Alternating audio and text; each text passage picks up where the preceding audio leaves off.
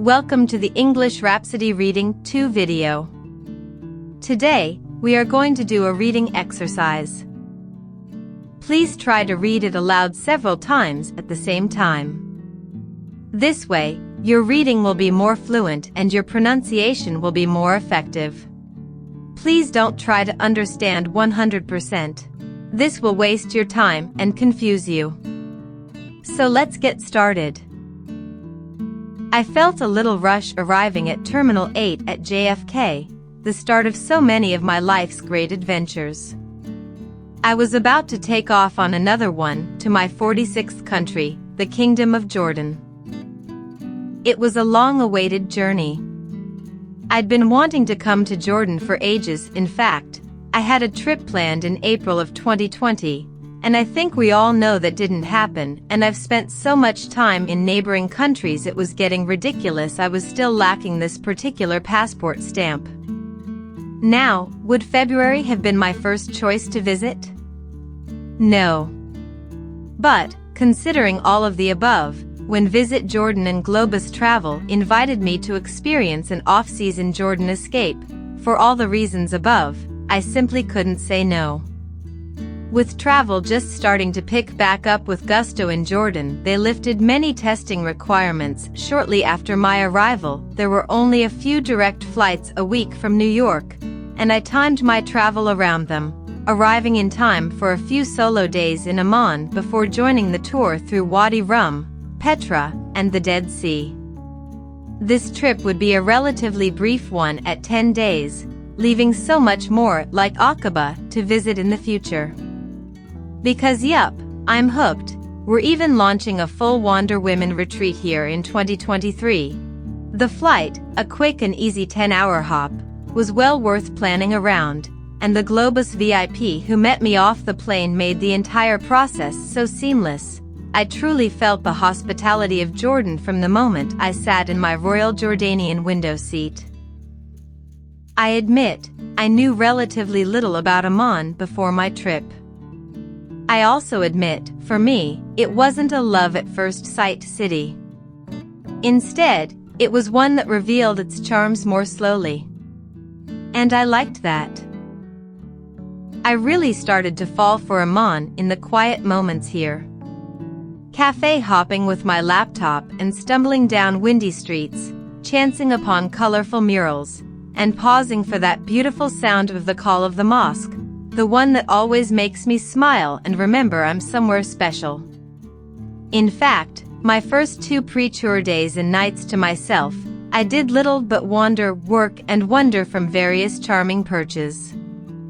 My first night celebratory mood guided me to Sufra, where I realized I didn't know a thing about the national cuisine, and simply pointed to several menu items, leading to pure joy. Jordan, like many Arabic cities, is awash in a rich cafe culture, more popular often than bars, outside Beirut, of course. So the next day, I set my sights on anywhere with Wi-Fi, and found myself first at Rumi Cafe, where a turmeric latte and cardamom cake kept me company for a few hours, followed by a long walk stumbling upon beautiful street art, and ending up at Wild Jordan, where I delighted in a halloumi salad and watched the sunset over the hilly city. The next morning, my time with Globus began. And while I was joining a group, I didn't have to totally relinquish my me time. One of the benefits of the company's off-season escapes trips is, due to the volume of business they do in their high-season tours, they are able to negotiate no single supplement during the low season. That's a major perk. Our first day was a specially arranged add-on for those of us who arrived early to Jordan, and were waiting to merge with the rest of the Globus tour group crossing the border from Israel for a 2-country tour. Personally, I was thrilled for our offbeat start, which kicked off at the Jordan National Gallery. I get a strange thrill from checking out small national galleries, especially in countries where tourism is often focused on the past. It's such a unique and sometimes rare peek for tourists into the present.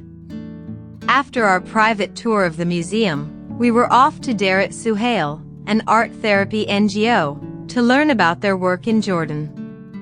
The program aims to bring art to those with limited sight. The founder uses scent-in pigments to help connect color with other senses, like lemon-scented yellow. As a former art school survivor, I was pretty fascinated by the project. I also quickly clocked a photo of King Abdullah II and Queen Rania on the wall, which I complimented our host on. 16 minutes, they stayed, he noted with pride.